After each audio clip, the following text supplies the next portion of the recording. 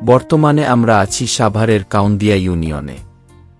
তুরাগ নদী বিভক্ত করেছে ঢাকার মিরপুর বেড়িবাঁধ এলাকা ও সাভারের কাউন্দিয়া ইউনিয়নকে। ফলে কাউন্দিয়ার 2 লক্ষের মানুষের ঢাকার সাথে যাতায়াতের ভরসা খেয়া নৌকা।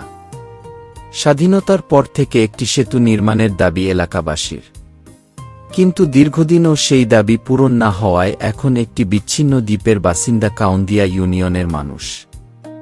একটি ব্রিজের অভাবে 2 লাখ মানুষের জীবন জীবিকা ধুঁকছে। ব্রিজ নির্মাণ হলে 2 থেকে 3 মিনিটে নদী পার হওয়া যেত, সেই জায়গায় নদী পথে 30 মিনিটের বেশি সময় লাগে। সাভার উপজেলার এই 22টি গ্রামের মানুষকে নদী পার হয়েই প্রতিদিন যেতে হয় শহর, হাটবাজার, অফিস আদালত ও স্কুল কলেজে।